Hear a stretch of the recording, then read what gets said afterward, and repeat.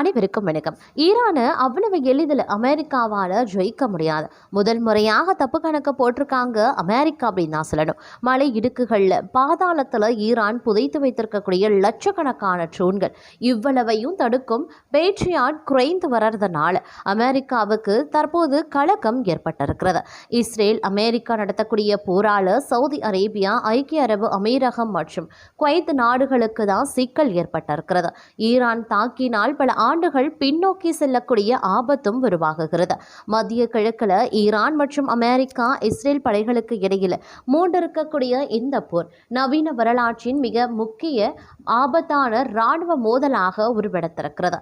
ஈரானின் தாக்குதல் வியூகம் குறித்து பேசிய லெப்டினன்ட் ஜெனரல் என்ன சொல்லியிருந்தாரு அப்படின்னா, தற்போது ஈரானிய இராணுவம் தனது எதிர்ப்பு கொள்கையின் மூலமாக இஸ்ரேல் மற்றும் வளைகுடா நாடுகளை ஒரே நேரத்தில் நிலைகுலைய செய்ய முயன்று வருவதாக குறிப்பிடுகிறார். குறிப்பாக ரியாத் மற்றும் அபுதாபி போன்ற முக்கிய நகரங்களை குறிவைத்து நடத்தப்பட்ட ஏவுகணை தாக்குதல்கள் வெறும் இராணுவ மோதல்கள் மட்டும் இல்லாமல் அந்த பிராந்தியத்தின் பொருளாதார மற்றும் உளவியல் பாதுகாப்பு உடைக்கும் முயற்சியாகும். ஈரானின் இந்த அதிரடி நகர்வுகள் அரபு நாடுகளிடையே ஒருவித அச்சத்தையும் உருவாக்கியிருக்க போதிலும் ஈரான் தன்னை ஒரு பெர்ஷியன் சக்தியாக நிலைநிறுத்திக் கொள்ளவே இந்த ஆக்ரோஷத்தை காட்டுவதாக கருதப்படுகிறது. அமெரிக்கா மற்றும் இஸ்ரேலின் கூட்டு இராணுவ திட்டம் ஈரானின் ஆட்சியை மாற்றுவதை விட அதன் இராணுவ கட்டமைப்பை முற்றிலுமாக சிதைப்பதையே முதன்மை நோக்கமாக கொண்டிருக்கிறது.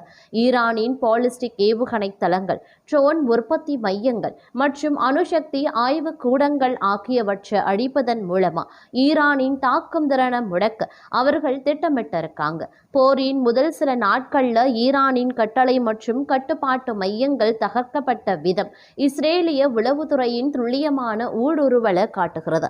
இருப்பினும் ஈரான் தனது ஆயுதங்களை நிலத்தடி சுரங்கங்களையும் மலை இடுக்குகளையும் மறைத்து வைத்திருக்கிறதுனால வான்வெளி தாக்குதல்கள் மூலமாக மட்டுமே அவர்களை முழுமையாக வீழ்த்துவது கடினம் என்பது இராணுவ வல்லுநர்களினுடைய கணிப்பாகவே இருக்கிறது. ஈரானின் மிகப்பெரிய பலவீனம் மற்றும் பலம் என இரண்டுமே அதன் ஹர்முஸ் ஜலசந்தியாகும். உலகளாவிய எரிசக்தி விநியோகத்தில் 20% அதிகமான கச்சா எண்ணெய் இந்த பாதை வழியாகவே செல்கிறது. இந்த பாதையை தடுத்து நிறுத்துவதன் மூலம் உலக பொருளாதாரத்தை அச்சுறுத்த முடியும் அப்படின்னு ஈரான் நம்புறாங்க. இதற்காகவே சிறிய ரக நீர்மூழ்கி கப்பல்கள் மற்றும் வேகமான தாக்குதல் படைகளை ஈரான் பயன்படுத்த திட்டமிட்டிருக்கிறது. ஆனால் இந்த பாதையை முடக்கினா சீனா மற்றும் இந்தியா போன்ற நட்பு நாடுகளும் பாதிக்கப்படும் அப்படிங்கிறதுனால ஈரான் இந்த முடிவை எடுக்கிறதுல பெரும் தயக்கம் காட்டி வந்துட்டு இருக்காங்க. அமெரிக்காவும் ஈரானின் கடற்படையை முற்றிலும் அழிப்பதன் மூலம் இந்த பாதையை தனது கட்டுப்பாட்டிற்குள் கொண்டு வர தீவிரமாக முயன்று வந்துட்டு இருக்கு. மறுபுறம் ஈரானின் ட்ரோன் தொழில்நுட்பம் மற்றும் துல்லியமான தாக்குதல்கள் இஸ்ரேலிய வான் பாதுகாப்பு அமைப்புகளுக்கு பெரும் சவாலாக மாறியிருக்கிறது. ஒரே நேரத்தில் நூற்றுக்கணக்கான ட்ரோன்களை ஏவுவதன் மூலம் இஸ்ரேலின் அயன் டோம் போன்ற பாதுகாப்பு வளையங்களை ஈரான் திணற செய்கிறது. 7000க்கும் மேற்பட்ட ட்ரோன்களை போரின் ஆரம்ப கட்டத்திலேயே பயன்படுத்தியது ஈரானின் தயாரிப்பு நிலையை உலகுக்கு உணர்த்துகிறது. ஆனால் அமெரிக்காவின் ஆயுத கிடங்கு மற்றும் தொழில்நுட்ப வலிமையுடன் ஒப்பிடும்போது ஈரான் போன்ற பொருளாதார தடைகளுக்கு உள்ளான ஒரு நாடு எவ்வளவு காலம் இந்த தீவிரத்தை தக்க வைக்கும் என்பது ஒரு பெரிய கேள்விக்குறியாகும். அமெரிக்காவின் பேட்ரியாட் ஏவுகணைகள் குறைந்து வருவதாக சொல்லப்படும் செய்திகள் பெரும்பாலும் ஒரு போர்தந்திர ஊடக பரப்புரையாகவே பார்க்கப்படுகிறது. இந்த போரில் வளைகுடா நாடுகளின் நிலைப்பாடு மிகவும் சிக்கலானது. சவுதி அரேபியா, ஐக்கிய அரபு அமீரகம் மற்றும் குவைத் ஆகிய நாடுகள் அமெரிக்காவுடன் பாதுகாப்பு ஒப்பந்தங்களை கொண்டிருந்தாலும் ஈரானின் நேரடி பகைமையை அவை விரும்பவில்லை. ஈரானின் தாக்குதல்கள் தங்கள் நாட்டின் உள்கட்டமைப்பை சிதைத்தால் அது பல ஆண்டுகால வளர்ச்சியை பின்னோக்கி தள்ளிவிடும் என்று அவை அஞ்சுகின்றன. அதே நேரத்தில் ஈரான் ஒரு அணுசக்தி நாடாக மாறுவது அரபு நாடுகள் ஒருபோதும் அனுமதிக்காது. இதனால மேலோட்டமாக அனுமதி பேசினாலும் ஈரானினுடைய அணுசக்தி தற்போதைய சூழ்நிலையில் ஈரான் ஒரு அணுசக்தி நாடாக மாறுவதை அரபு நாடுகள் ஒருபோதும் அனுமதிக்காதது. இதனால மேலோட்டமாக அமைதி பேசினாலும் ஈரானினுடைய இராணுவ பலம் குறைக்கப்படுவதையே இந்த நாடுகள் ரகசியமாக விரும்புகின்றன அப்படின்னே சொல்லலாம். மத ரீதியான பிளவுகளை கடந்து ஒரு பிராந்திய ஆதிக்க போட்டியாகவே இந்த மோதல் தற்போது உருமாறி இருக்குங்க. இறுதியாக இந்த போர் ஒரு குறுகிய கால இராணுவ நடவடிக்கையாக முடியுமோ அல்லது நீண்டகால பிராந்திய போராக நீடிக்குமா என்பது வரும் நாட்களின் நகர்வுகளை பொறுத்தே அமையும். ஈரானின் IRGC படைகள் சிதறடிக்கப்பட்டு ஒரு கொரில்லா போரை முன்னெடுத்தார். அது அமெரிக்காவிற்கு மற்றொரு ஆப்கானிஸ்தான் போன்ற சூழலை உருவாக்கக்கூடும். ஆனால் இஸ்ரேலின் அதிநவீன தொழில்நுட்ப தாக்குதல்கள் ஈரானின் தலைமைத்துவத்தை நிலைகுலைய செய்தார். அந்த நாட்டில் ஒரு மிகப்பெரிய உள்நாட்டு புரட்சி ஏற்படவும் வாய்ப்புகள் இருக்கிறது.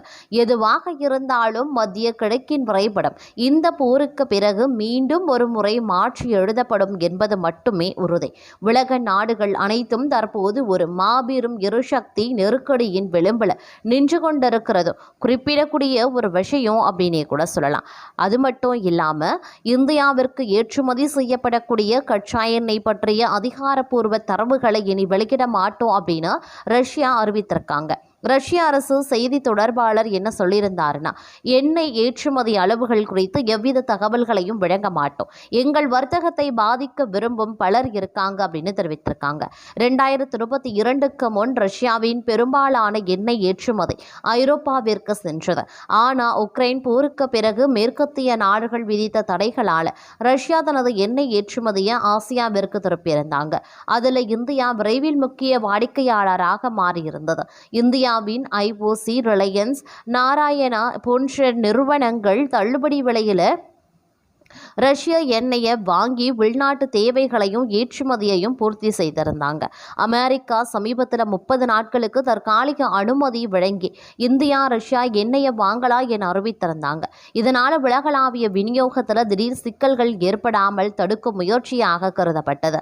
ரஷ்யன் இந்த முடிவு உலக எண்ணெய் வர்த்தகத்தில் வெளிப்படைத்தன்மை குறைவதை காட்டுகிறது.